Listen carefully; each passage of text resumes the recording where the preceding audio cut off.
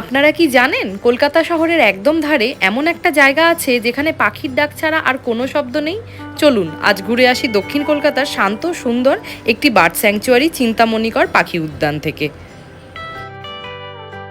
তো আজকে আমি এসেছি চিন্তামণিকর বার্ড স্যাংচুয়ারিতে, যেটা নরেন্দ্রপুর এবং রাজপুরের মধ্যিখানের একটি জায়গায় অবস্থিত। এটা গড়িয়া থেকে মাত্র 2 কিলোমিটার দূরে নরেন্দ্রপুর রামকৃষ্ণ মিশনের কাছেই অবস্থিত। প্রথমে এটা ছিল বিখ্যাত ভাস্কর চিন্তামণিকরের বাগানবাড়ি। 2005 সালে এই জায়গাটাকে সরকার বার্ড স্যাংচুয়ারি হিসাবে ঘোষণা করে।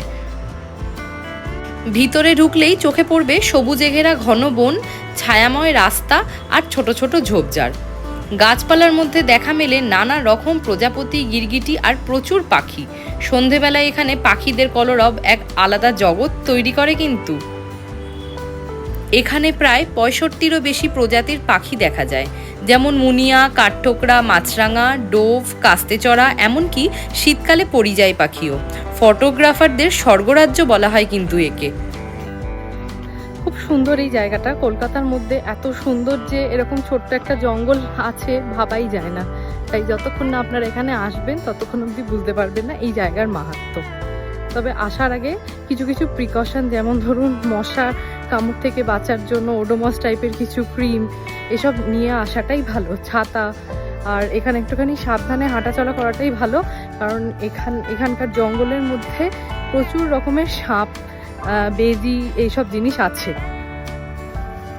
এই দেখুন একটা বাজ পাখি দেখতে পেয়েছি, এখানে বসে রয়েছে।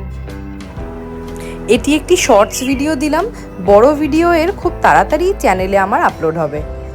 বলে রাখি, এখানে ঢুকতে গেলে আগে 100 টাকা করে টিকিট লাগতো, কিন্তু 2025 সাল থেকে নাকি সেটা বন্ধ হয়ে গেছে। এখন এখানে ঢোকাটা পুরোপুরি ফ্রি। এখানে এরকম সুন্দর বসার জায়গা করা রয়েছে।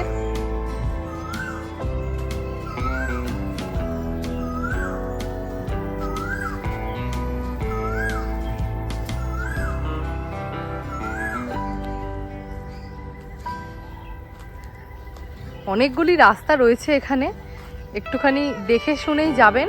আপনি যদি মেট্রোতে আসেন তাহলে নেমে পড়ুন কবি নজরুল বা গড়িয়া স্টেশনে। সেখান থেকে অটো বা টোটো ধরে সহজেই চলে আসা যায় চিন্তামণিকর পাখি উদ্যানে। এখানে এলে আপনি শহরের কোলাহল থেকে কিছুটা শান্তি পেতে পারেন। প্রকৃতির কোলে কিছুটা সময় কাটাতে চাইলে অবশ্যই একবার ঘুরে আসুন।